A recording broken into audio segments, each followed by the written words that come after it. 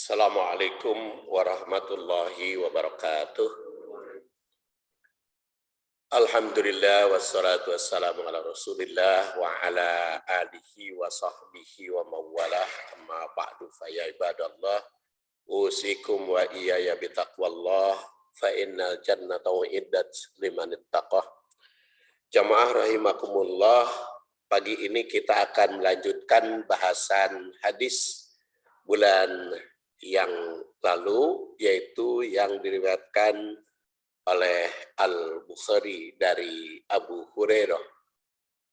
Haddasana Ahmad bin Salih, haddasana ibn Wahbin, qala akhbarani Yunus an Ibn Shihab, qala sami'tu Aba Salamah bin Abdurrahman wa ibn al-Musayyab yaqulan qala Abu Hurairah radhiyallahu an inna nabiyya sallallahu alaihi wasallam qala la yazni zani hina yazni wa huwa mu'min wa la yashrabul khamra hina yashrabuha wa huwa mu'min wa la yasrikus sarik hina yasriku wa huwa mu'min. Qala Ibnu Shihab wa akhbarani Abdul Malik bin Abi Bakr bin Abdurrahman bin Haris bin Hisham anna Aba Bakrin kana yuhaddisuhu an Abi Hurairah summa yaqul kana Abu Bakrin yulhiku ma'ahunna wa la yantahibu nubbatan data syarab yarfa'un nas ilaihi absarahum fiha hina yantabihuha wa huwa mu'min. Tarjamah, kemudian takhrij, tarikh, serta tasghih hadis telah kita bahas. Kita dalam kajian tahlil syarah, dan sekarang bagian keduanya, bagian B, yaitu wala yashrabul khamra hina yashrabuha wa huwa mu'min. Wala, dan tidak, yashrabu, minum, al-khamra, khamar. Sebagian ulama memahami hadis ini atau la di sini la nafi tidak sempurna. Jadi bukan la nafi menyangkal. Jadi bukan tidak beriman, tapi tidak sempurna imannya. Yashrab, minum, al-khamra, khamar, ina yasrabuha, ketika dia meminumnya, wa huwa mu'min, padahal dia mukmin. Seperti dikemukakan di atas kajian yang lain, yang sebelumnya, terdapat perbedaan paham tentang makna hadis ini. Ada yang mengatakan bahwa iman seseorang tidak sah tanpa menjauhi maksiat, seperti minum khamr. Sehingga ada ulama yang berpendapat kalau dia minum khamr, maka imannya tidak sah, jadi hilang. Namun ada yang berpendapat tidak sempurna. Jadi bukan tidak sama sekali, tapi tidak sempurna. Jadi hadis yang menggunakan la nahi itu bisa berbeda-beda maknanya, la di situ.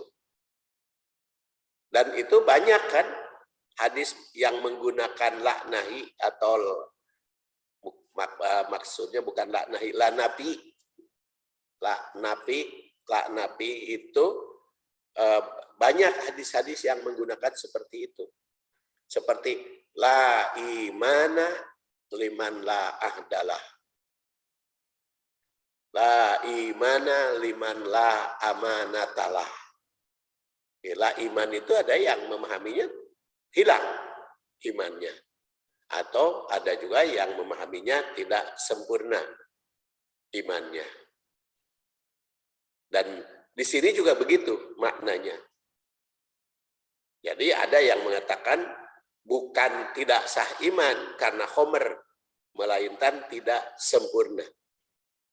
Kemudian apa itu khomer?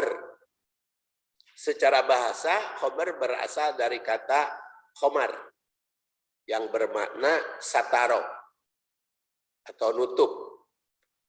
Makanya ada istilah sutroh, penutup. Sataro, penutup. Ada lagi mistar, ya. Mistar, alat penggaris penutup. Khomaro itu berarti ada juga yang mengartikan memberi ragi. Adapun al-khomer sering diartikan arak. Kenapa khomer itu sering diartikan arak atau minuman atau segala yang memabukkan? Karena kebiasaan di suatu tempat atau daerah bisa menimbulkan menutup akal, menutup otak, menutup pikiran khomer itu. Sehingga karena yang begitu teh arak biasanya, sehingga khomer teh diartikan arak. Dan dulu juga di dalam terjemah Al-Quran, yas'alunaka anil khomer, itu diartikan khomer itu arak. Tapi kan ternyata sekarang bukan hanya arak, bukan hanya minuman tertentu, tapi itu mencakup segala penggunaan obat yang menutupi akal. Menurut tafsir Al-Lubab, terdapat 4 sebab mengapa disebut khomer, minuman itu. Pertama, karena menutupi akal, makanya disebut khomer. Dan khomer itu bukan nama, ya. Bukan nama sesuatu oknum atau sesuatu barang, tapi itu sifat.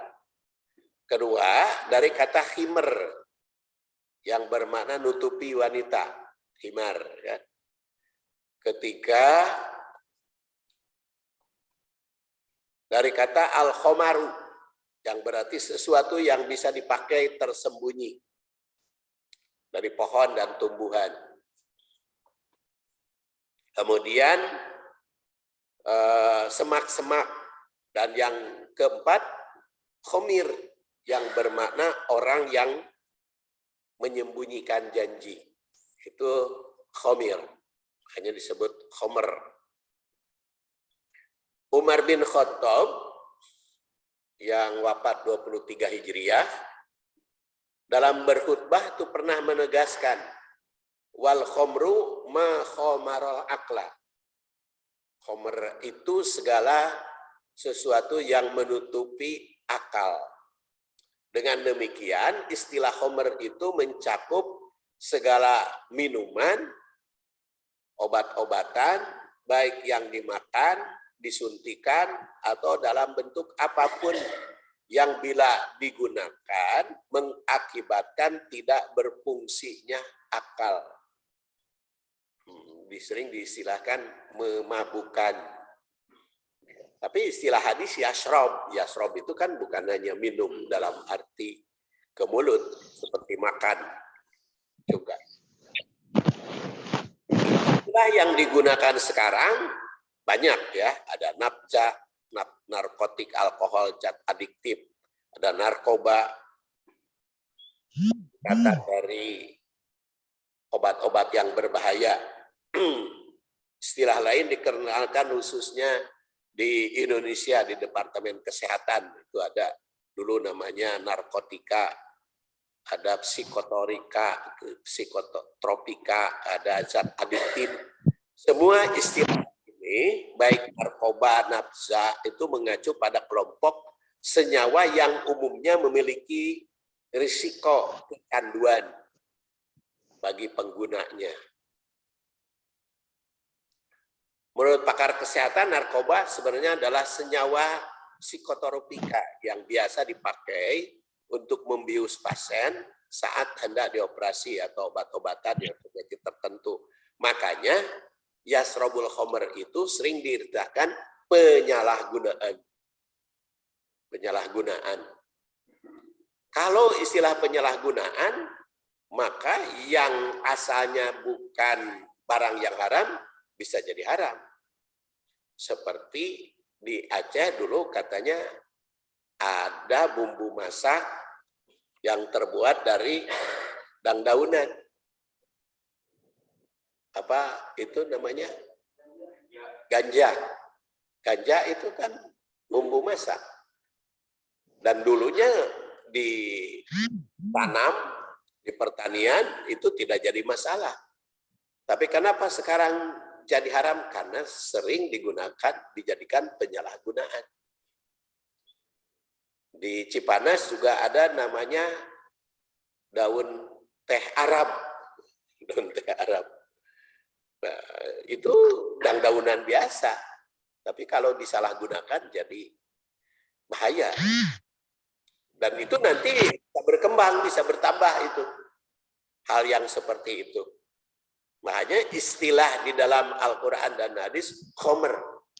Jadi bukan yang haram itu khomer sifatnya. Sifatnya dan kenapa minum diistilahkan minum, karena itu kalau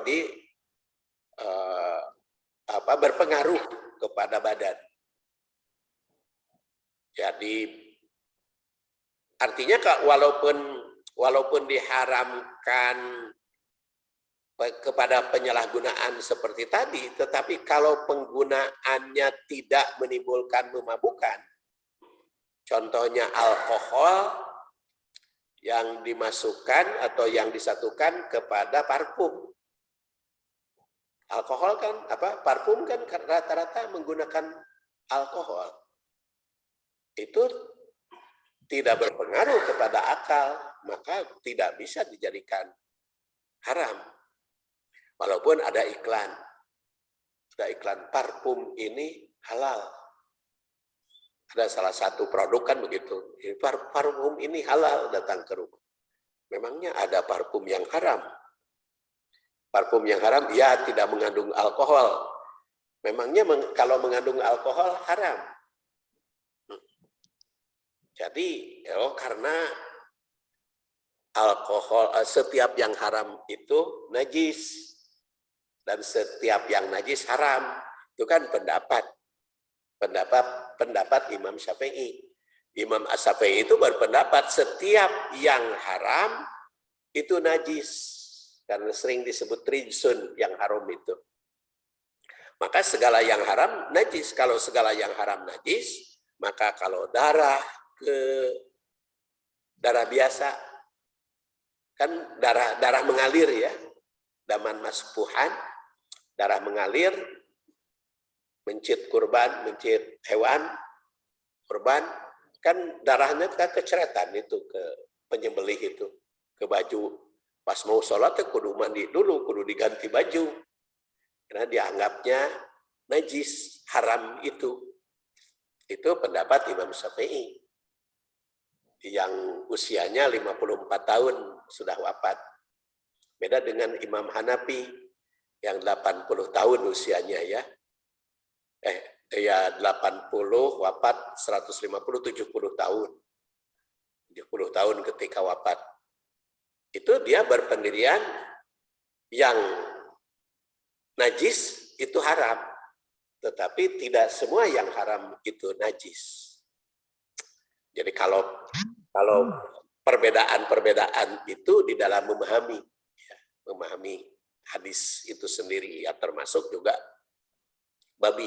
Kalau menurut Imam Syafi'i kan najis itu ada 3, najis mughaladah, mutawasitoh, dan mukhafafah. Dan babi itu mughaladah dan anjing. Sehingga kalau babi pun kalau bersentuhan harus disertu. Walaupun di dalam hadis yang disertu itu kan hanya anjing. Itu perbedaan di dalam memahami hadis tersebut. Dan memang kita maklumi perbedaan-perbedaan paham di kalangan ulama mazhab ya. Dan pada waktu yang lalu sempat saya uraikan latar belakang para imam itu. Kalau Imam Hanafi kenapa banyak logika? Karena memang latar belakang pendidikannya itu dia ilmu kalam, ilmu mantik, ilmu logika. Kalau Imam Asy-Syafi'i itu kan lebih kepada ilmu syariah dari kecilnya, Quran dan hadis. Kemudian dia berguru ke Imam Maliki karena masih hidup ketika Imam Maliki lahir. Tapi karena tidak ketemu dengan Imam Hanafi, karena Imam Hanafi wafat ketika Imam Syafi'i lahir tahun 150. Tapi belajar ke murid-muridnya seperti ke Abu Yusuf, itu Imam Syafi'i. Tapi karena kita ketahui usia beliau itu hanya 54 tahun. Lahir 150, wafat 204. Jadi perbedaan-perbedaan itu memungkinkan, ya. Imam Maliki usianya lama, 82, ya. Tetapi dia tidak pernah pergi keluar. Tidak pernah pergi keluar daerah kelahirannya Madinah, kecuali untuk ibadah haji saja ke Mekah.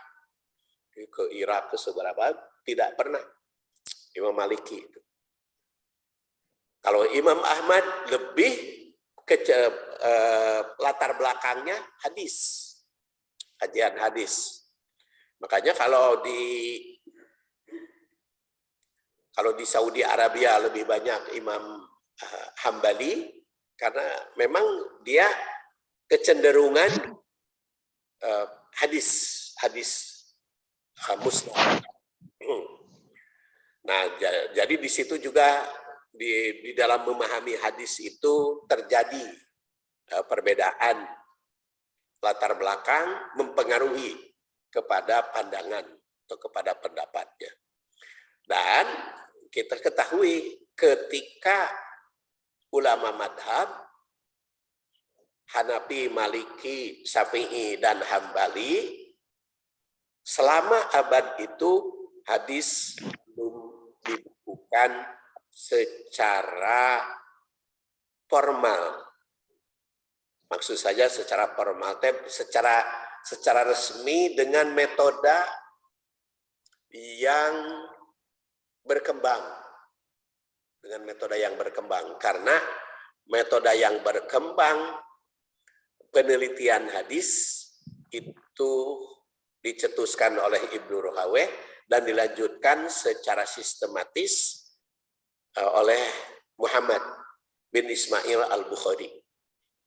Dan Al-Bukhari itu lahir setelah Imam Madhab terakhir, yaitu ketika Imam Ahmad. Jadi segala obat, baik berupa makanan, minuman, hirupan, atau suntikan yang menimbulkan gangguan kesadaran secara penyalahgunaan tadi, bukan untuk obat-obatan, bukan untuk operasi, atau bukan untuk kepentingan kedokteran, maka itu masuk kepada khomer. Tetapi kalau dia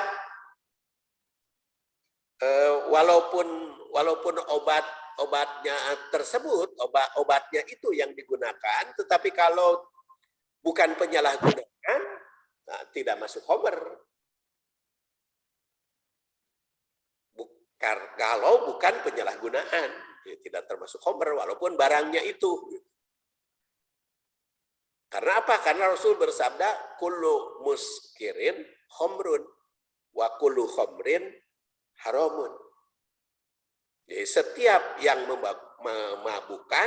memabukkan tadi itu dalam penyalahgunaan, itu khomer, wa kullu khomrin haram. Yang setiap khomer itu haram. Walaupun aslinya bukan barang yang memabukkan, tetapi karena diramu, disalahgunakan, maka menjadi muskir, dan muskir menjadi khomer, dan khomer menjadi haram.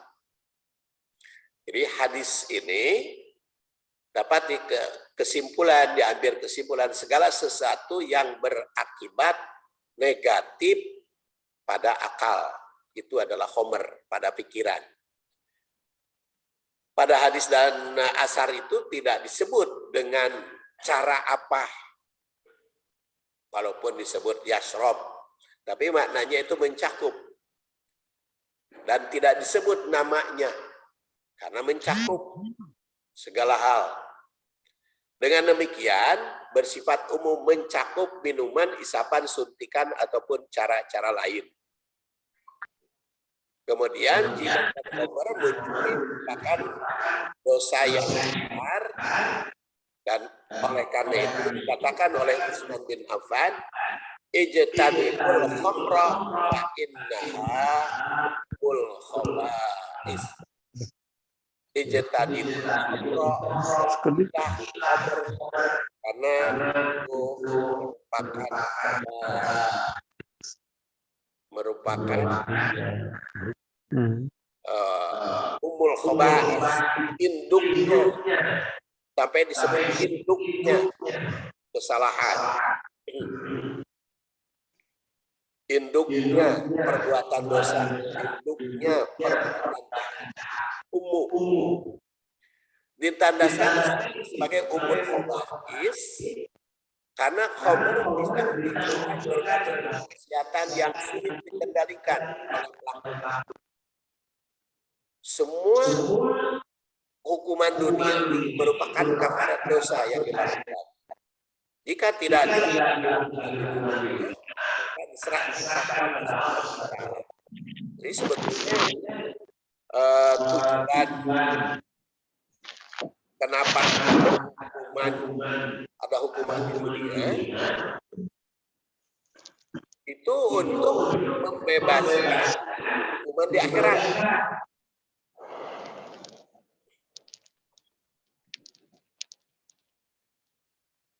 Kemudian sudah disebutkan hukumannya seperti apa khamr itu.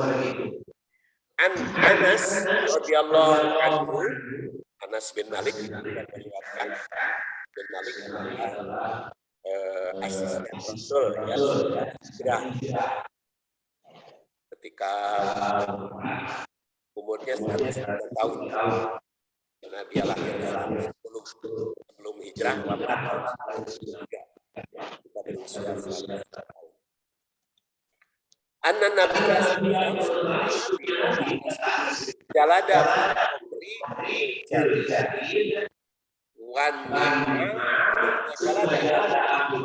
arba'in. Rasulullah SAW mendera, menghukum orang yang khamr dengan jari lapah korban.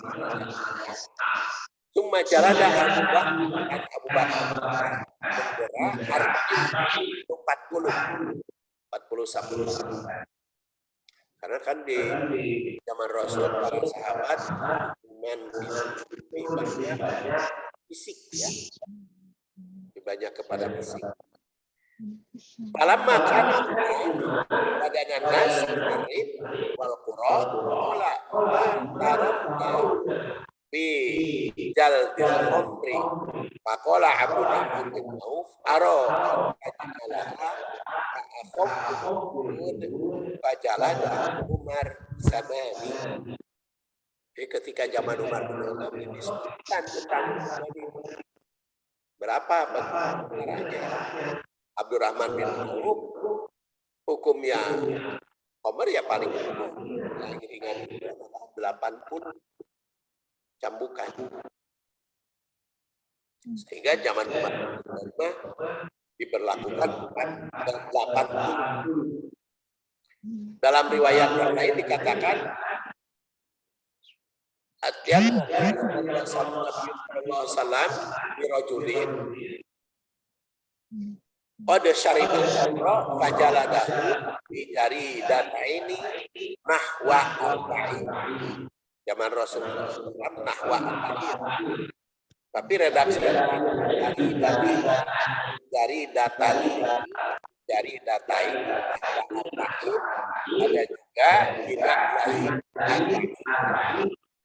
Inilah yang bisa dipahami kenapa nama Umar bin Khattab jadi 80. Pada zaman Rasul, zaman Abu Bakar 40.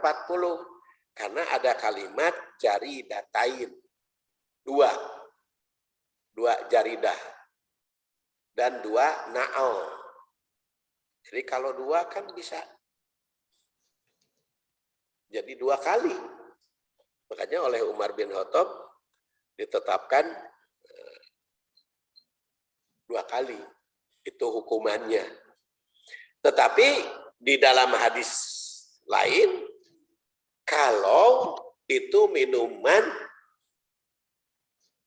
pertama kali, kalau keduanya ditambah lagi, ketiganya ditambah lagi, tapi kalau sudah menahun, hukumannya lebih berat. Tetapi kalau sudah jadi pengedar, beda lagi, itu hukuman mati namanya. Itulah tentang khomer. Dan di dalam Al-Quran sering dikatakan sering digandengkan ya khomer itu dengan maisir, dengan judi. Kenapa itu khomer itu selalu dengan maisir? Tentu saja banyak maknanya. Tetapi ayah hasna nama berbeda, mempunyai kesamaan. Khomer sama-sama adiktif, sama-sama menimbulkan ketagihan. Judi kan begitu, judi juga. Khomer dengan judi itu punya titik persamaan. Kalau Homer sudah 1 kali ketagihan minum lagi dan bertambah lagi terus menerus, semakin lama semakin meningkat.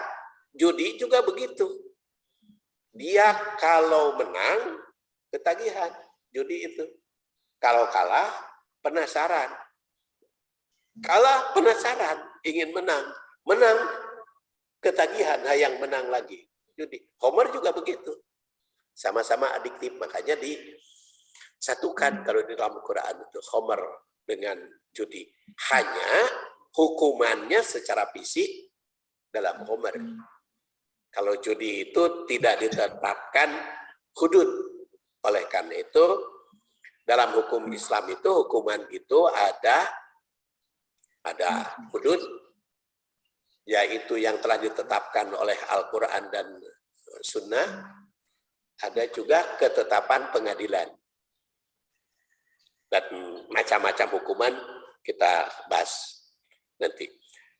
Kemudian kalimat berikutnya, wala yasriku sariku hina yasriku wa huwa mu'min.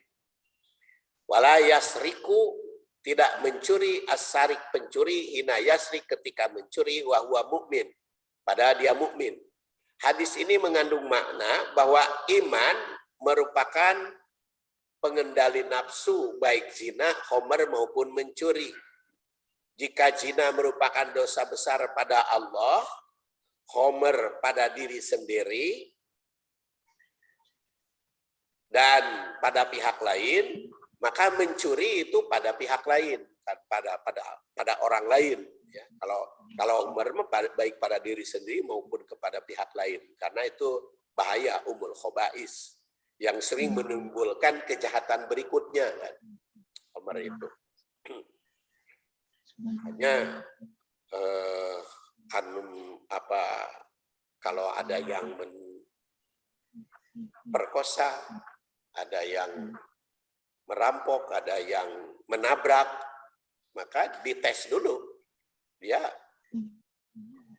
kecanduan khomer atau tidak. Semua itu dapat dikendalikan dengan iman. Oleh karena itu, imannya melekat, tidak akan melakukan dosa tersebut. Pencurian dia hukumannya di dunia dan di akhirat. Diriwayatkan dari Aisyah, istri Rasul yang wafat tahun 57 Hijriah. Rasul bersabda, tuqta'ul yad fi rub'i dinar fasoida. Dipotong tangan orang yang mencuri apabila mencurinya rub'i dinar, 1/4 dinar, fasoida atau lebih. Jadi kalau kurang dari 1/4 dinar, itu tidak dipotong tangannya, hukumannya beda. Jadi yang dipotong tangan itu apabila mencuri di atas 1/4 dinar. 1/4 dinar itu berapa? Menurut penelitian Yusuf Qaradawi, 1 dinar itu 4,2 gram setengah. 4,25 gram. 4,25 gram. Itu adalah 1 dinar. Berarti 1/4 dinar 1 gram, 1. 1 gram, 1 di Indonesia sekarang emas murni itu 1 juta. Jadi sekitar 1.100.000 ke atas. Jadi kalau mencurinya 500.000 itu bisa dipotong tangan. Jadi kalau 1 juta ke atas mencurinya itu bisa dipotong tangan. Ya, jadi ada ukurannya. Ada ukurannya. Jadi kalau mencuri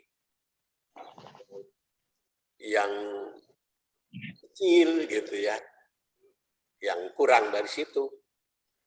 Dan dalam riwayat lain, Aisyah karena Rasulullah SAW yaqta'us sarik firub dinar fasoida. Fasoida itu lebih. Jadi 1/4 dinar atau lebih. Dan Rasul juga bersabda, la tuqta'u yadus sarik illa firub dinar fasoida. Jangan dipotong tangan orang yang mencuri kalau kurang dari 1/4 dinar. Jadi 1/4 dinar itu merupakan hukuman bagi pencuri. Jika kurang dari nilai tersebut, maka hukumannya takzir. Jadi seperti ditandaskan, hukuman di dalam Islam itu ada hudud, ada takzir. Takzir itu putusannya ditentukan oleh pengadilan. Karena baik hudud maupun takzir itu melalui proses pengadilan. Jadi di dalam Islam itu tidak ada hukuman tanpa melalui proses pengadilan. Makanya ada saksi, ada termasuk juga hukuman zina. Hukuman zina itu melalui proses pengadilan. Makanya karena di Indonesia belum diterapkan ya, bukan tidak, di Indonesia itu belum diterapkan hukuman zina. Kenapa saya katakan belum? Karena sinyal untuk melaksanakan hukum zina itu sudah ada. Itu Undang-Undang Nomor 7 Tahun 89. Pengadilan Agama memutus perkara di lingkungannya dalam hal pernikahan, perwarisan berdasar syariat Islam. Juga hibah dan wasiat. Itu Undang-Undang Peradilan Agama sudah ada itu sebetulnya sinyal untuk melaksanakan. Karena apa? Karena hukuman apa? Karena zina itu kan pelanggaran pernikahan. Pelanggaran pernikahan. Sedangkan di dalam undang-undang itu nomor 7 tahun 89 segala macam pelanggaran di dalam pernikahan, di dalam perwarisan, hibah dan wasiat dilaksanakan berdasar syariat Islam. Jadi ayeuna encan menerapkan teh oknumnya sebetulnya, orang-orangnya. Jadi kalau orang-orang nama dipengaruhi oleh penguasa. Dipengaruhi oleh penguasa. Jadi kalau secara yuridis menurut saya di Indonesia itu melaksanakan syariat Islam itu sudah bisa. Nah, yang menentang itu kan munculnya sekarang lah ormas-ormas itu. Paling Komnas HAM itu. Tapi kalau di dalam perundang-undangan nama ada berdasar syariat Islam dan itu ditetapkan sampai sekarang itu masih berlaku. Kan ada muncul partai yang ingin menghapus Undang-Undang Peradilan Agama kan mentok di DPR-nya. Nggak bisa itu dihapus. Belum tidak akan bisa ya.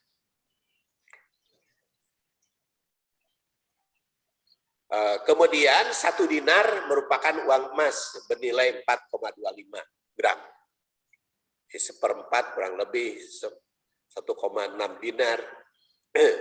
Harga emas ya merupakan nilai ekonomi di berbagai negara. Nah, kenapa Rasulullah menyebut dengan uang emas? Karena emas itu kan berlaku di seluruh negara. Harganya itu ya. Makanya hukuman, denda dan lain sebagainya itu harganya dikenakan kepada emas. Karena emas itu berpengaruh. Jadi sepanjang banyak emasnya semakin tinggi kan nilai kenegaraan uangnya itu. Kenapa Inggris itu sekarang pound sterlingnya lebih tinggi dari dolar? Memang emasnya kan lebih banyak dari Amerika. Makanya sekarang di Irian ada sumber emas, Amerika ngangkut terus gitu kan emasnya. Cuman Indonesia nawe merenan kurang paham sehingga emas dibikenan gitu. Dijualan ya, bukan dibikenan, dijualan, jual murah. Dijual murah.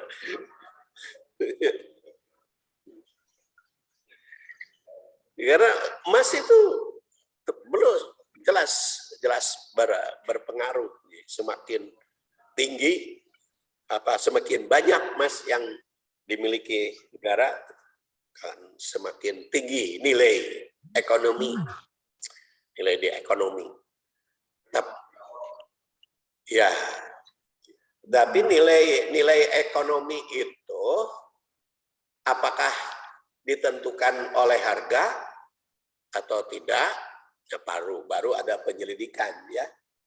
Seperti sekarang, situasi sekarang, harga yang paling mahal di dunia itu adalah di Tel Aviv.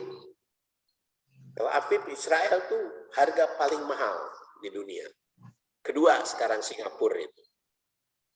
Jadi kalau jajan di Tel Aviv tuh bisa ngegerot uang kita ya. Bisa nyedot uang kita orang Indonesia. Ya, Singapura itu nomor 2 sekarang. Jadi nomor 1 sekarang Tel Aviv.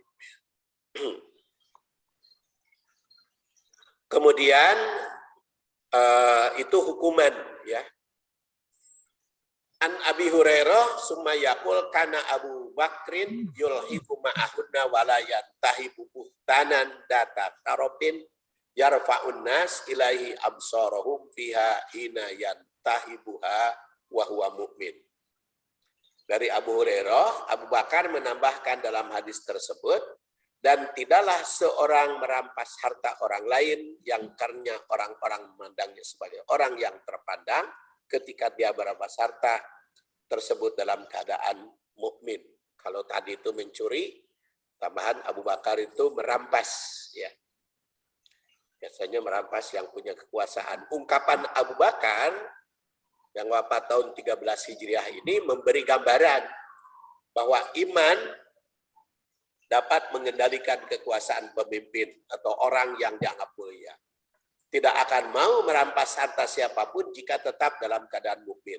Jika pemimpin berani merampas harta orang, baik secara terang-terangan maupun secara tersembunyi, seperti korupsi dan sebagainya, itu keadaan lepas iman. Jika kemaksiatan itu dilakukan oleh pembesar atau penguasa, sehingga bahayanya lebih banyak, maka di situ hukumannya adalah, kita bisa lihat dalam surat Al-Maidah. Innama jazaa'ul ladzina yuharibuna Allah wa rasulahu wa yas'auna fil ardh fasadan ayyuqattalu aw yusallabu aw tuqatta'a aydihim wa arjuluhum min khilaf aw yunfau minal ard dzalika lahum khizyun fid dunya wa lahum fil akhirah adzabun adzim. Di sini innama, sungguhnya, jazaa'ul ladzina yuharibuna Allah, memerangi Allah dan Rasulnya, wa yas'auna fil ard, membuat kerusakan. Di sini ada hukum, pertama yuharibuna Allah, kedua yuharibuna Rasulah, Ketiga, yas'aun fil ardi fasadan.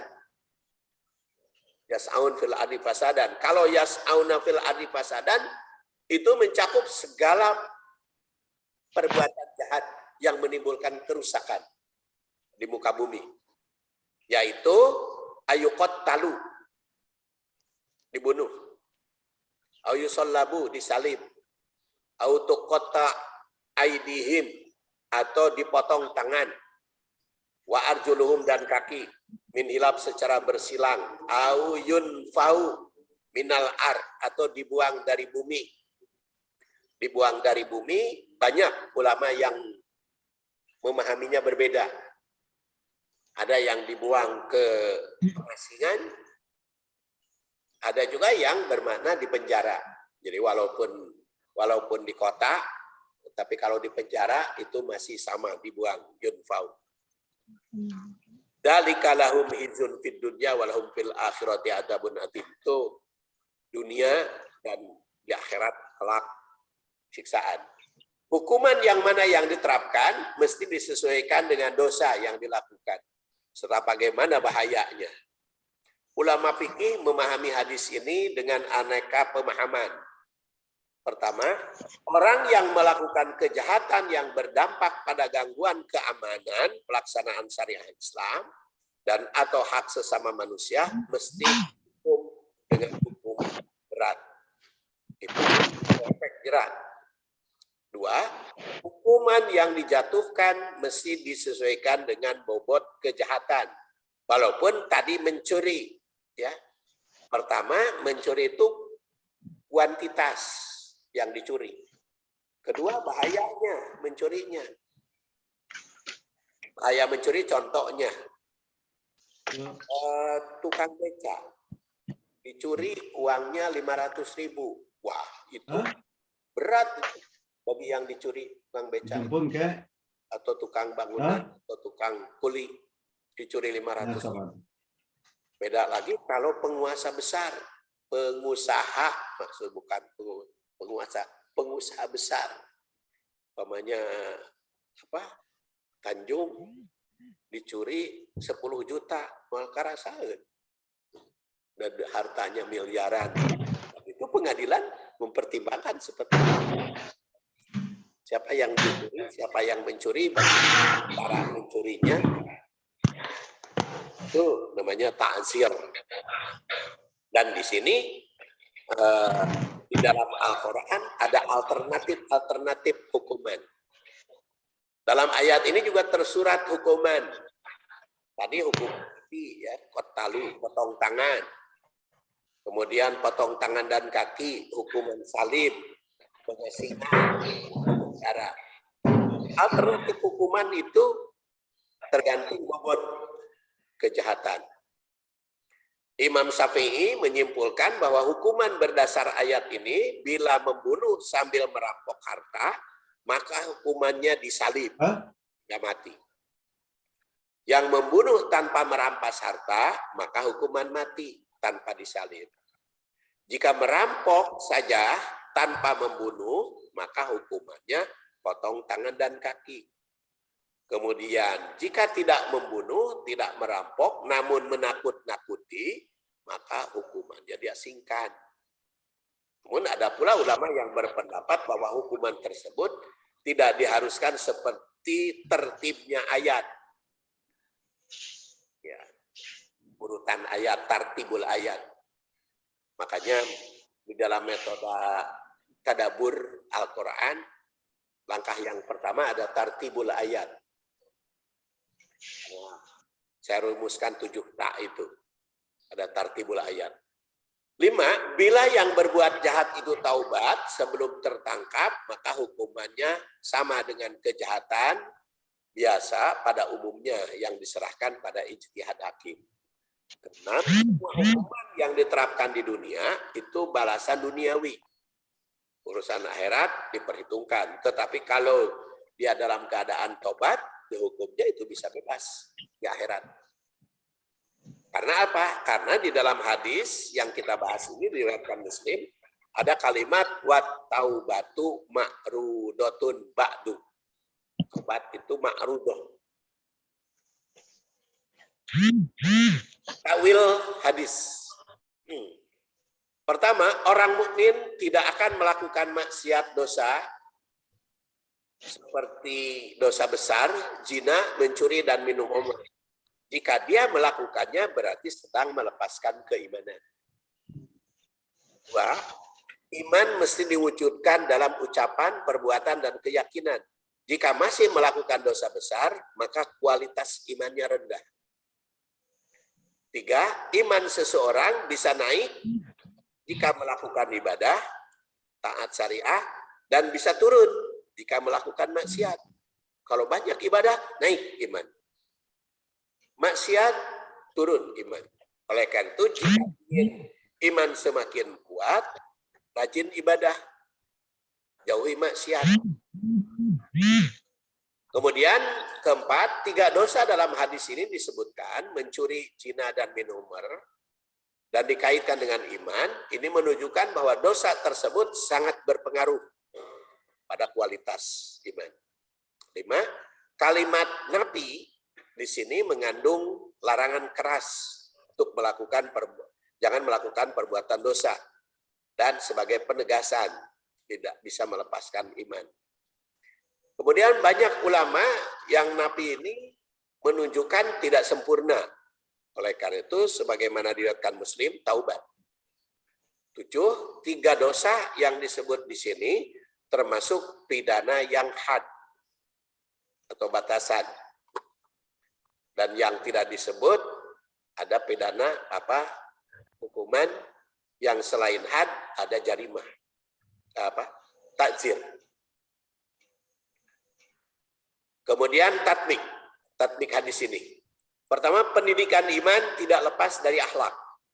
Karena tidak sempurna iman seseorang tanpa dimanifestasikan. Jadi iman, Islam, ihsan. Kalau dibahas satu-satu, maka kelihatan keterkaitannya. Kalau satu-satu ada titik persamaannya iman, Islam, ihsan itu. Tapi kalau kita bahas secara keseluruhan, iman, Islam, ihsan itu bareng, maka akan kelihatan titik perbedaan satu sama lain.